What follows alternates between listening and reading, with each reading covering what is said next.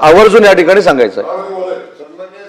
मला वाटतं आपण जरा बसा ना, आपण मंत्री महोदयांना सांगितलं बोलायला, त्याच्यानंतर आपण त्यांना देतो। आता मी बोलतोय या आज जे विशेष बैठक बोलवली होती त्या अन्वये नियम 97 अन्वये चर्चा होणं अपेक्षित होतं। तथापि जी काही काल परवा घटना घडल्या त्याचं प्रतिबिंब नाही तर आपण मी आपल्यालाच बोलायला दिलं होतं, परंतु आपण माननीय उद्योग मंत्री महोदयांकडे हात केला आणि म्हणून आपण त्यांना बोलायला दिलं। मी आपल्यालाच बोलायला दिलं होतं। आपण जरा बसा मंत्री महोदय, आपण बसा। मी आपला प्रकार आपल्या संदर्भामध्ये मी सगळं ऐकलेलं आहे, मी ऐकलं आपलं सगळं। 2 मिनिटात संपवा। मला फक्त आपल्याला हात जोडून सभापती महोदय विनंती करायची आहे। सभापती महोदय, आपण थोडं गांभीर्यानं मी जे आपल्याला सबमिशन करतोय ते फक्त ऐकून घ्या। आम्ही मंत्री वगैरे नंतर आहोत, आम्ही एक मानव आहोत आणि आमच्या सगळ्यांचं या सभागृहातल्या हक्काचं रक्षण करण्याची कस्टोडियन म्हणून ह्या चेअरची जबाबदारी आहे। मगाशी आपण येण्यापूर्वी माननीय उपसभापती महोदया या आपल्या आसनावरती होत्या आणि जेव्हा सन्माननीय सदस्य हेमंत पाटील साहेब, सन्माननीय सदस्य विक्रम काळे साहेब, ह्या सन्माननीय सदस्यांनी जेव्हा तो 20 तारखेचा उल्लेख आणि त्यांनी काय सांगितलं, मंत्री जखमी झाले, आम्ही बातम्यांमध्ये पाहिलं, वर्तमानपत्रात वाचलं, मग त्या संदर्भात माननीय उपसभापती महोदया म्हटलं की मंत्री हजर आहेत तर तुम्ही खोलास म्हणजे वस्तुस्थिती मांडा। सभापती महोदय मला सांगा, आता मी कुणी काय बोललं त्याचा संदर्भ देणार नाही, पण त्या ठिकाणी मी पक्षाचा उपनेता आहे, जिल्हा परिषद सदस्याला व्हीप बजवायचा अधिकार पक्षानं प्रतोद या नात्यानं मला दिलेला आहे। त्यामुळं ज्या जिल्हा परिषद सदस्यांना आमच्या पक्षाच्या व्हीप बजवायचा होता, मला वकिलाला सुद्धा घेऊ दिलं नाही जवळ। मी विनंती करत होतो व्हीप बजवायचा आहे, कायदेशीर प्रक्रिया आहे, वकिलाला बरोबर घ्या। मला सांगितलं तुम्ही एकटे जावा, मी एकटा ते व्हीप आमच्या सगळ्या सदस्यांचा घेऊन, म्हणजे मी का तिथं गेलो तर मला नियमानं पक्षानं अधिकार व्हीप म्हणून मुख्य प्रतोद म्हणून त्याला व्हीप बजवायचा अधिकार दिला होता, त्या कामासाठी गेलो नंबर 1। आणि सन्मान्य अध्यक्ष सभापती महोदय, या सभागृहामध्ये सदस्य बोलतात ते खरं, मंत्री बोलतात ते खरं, हे बघा ना सभापती महोदय, सगळ्या अंगावर रक्त पडलं। तो जे सन्मान्य सदस्य संदीप मांडवे आहेत त्यांच्या शर्टावर रक्त पडलं, ठीक आहे ना, तुम्हाला सदस्याला ताब्यात घ्यायचं होतं ना, खाली गेटवर घेऊ शकला असता ना, किंवा नाही मतदान करून घेऊ शकला असता। विस्तृत चर्चा झालेली आपण नाही, ऐका ना सभापती महोदय मला साहेब सांगा, मंत्र्याला मारहाण झालेली या सभागृहात कधी झालंय का प्रकार? मंत्र्याला धक्काबुक्की झालेलं कधी या सभागृहानं ऐकलंय का? सगळं रेकॉर्ड काढून बघा, हे सभागृह निर्माण झाल्यापासून एवढं होऊन सुद्धा आम्हाला बोलायला सुद्धा तुम्ही देणार नाही, आमचं ऐकून पण घेणार नाही। 37 मिनिटं झालं याच एका घटनेवरती चर्चा सुरू नाही, आपण सांगा, नाही 1 मिनिट आम्हाला सांगा, तुम्ही बोलू नका, आम्ही तुम्हाला आपल्याला बोलायचं, आम्ही तुम्हाला नतमस्तक होतो आणि घरी निघून जातो।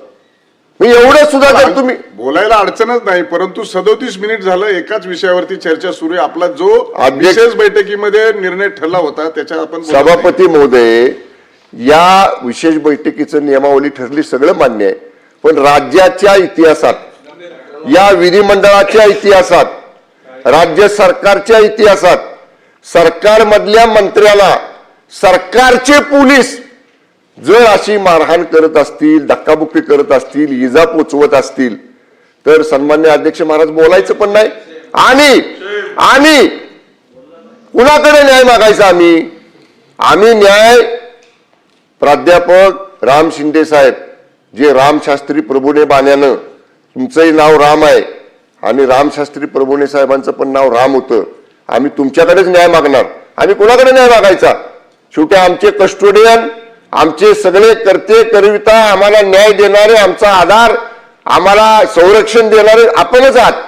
आणि म्हणून 2 मिनिटं फक्त माझं ऐकून घ्या.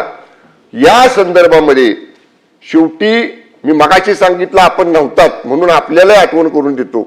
साहेब 10 पोलीस आम्हाला दोघांना ओढत होते. 10 पोलीस, 4 ह्या दंडाला, 4 ह्या दंडाला, 4 कमरेला, 2 पायाला. अहो आरोपीला एखाद्या गुन्ह्यातल्या पकडत नाही असं पकडलं. हे सभापती महोदय, मी आपल्या चेअरचा आदर करतो. चेअरनं निर्णय दिला की त्या एसपीचं निलंबन करा, त्या 2 एलसीबीच्या अधिकाऱ्यांचं निलंबन करा आणि या संपूर्ण प्रकरणाची निवृत्त न्यायाधीशामार्फत चौकशी करा, ही आमची मागणी आहे. निलंबनाचं तर त्यांनी जाहीर केलं.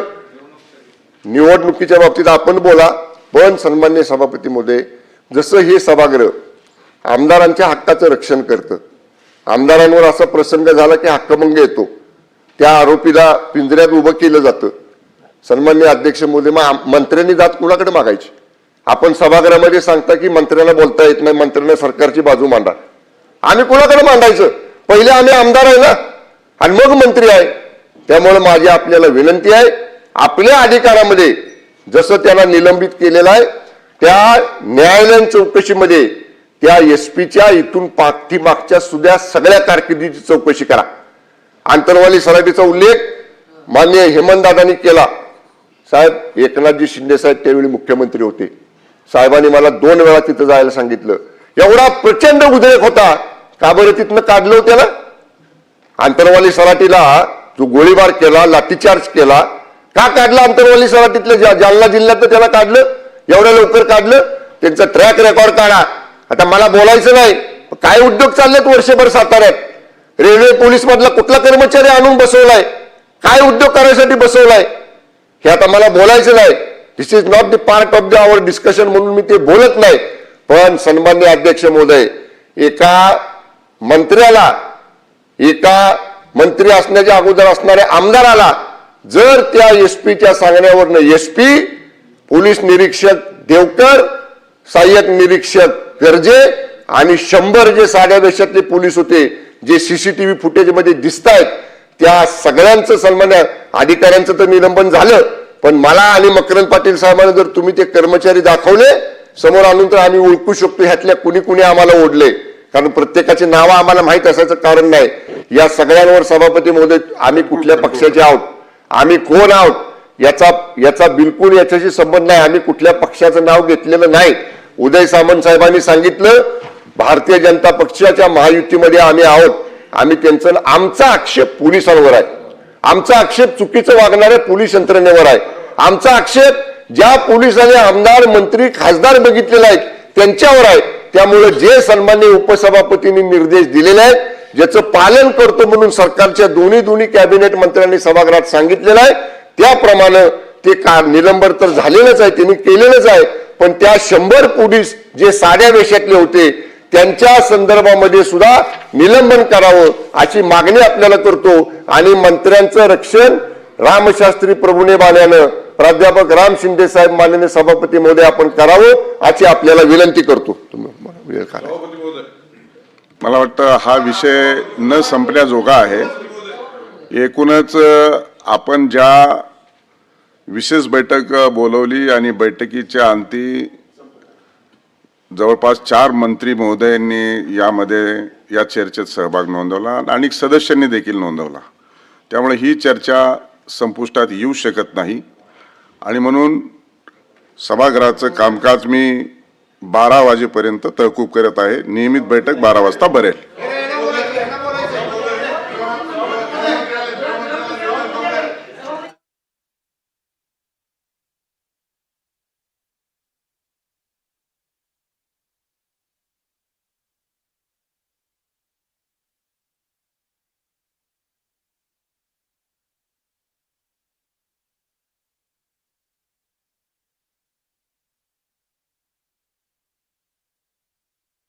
मी सर्व मंत्री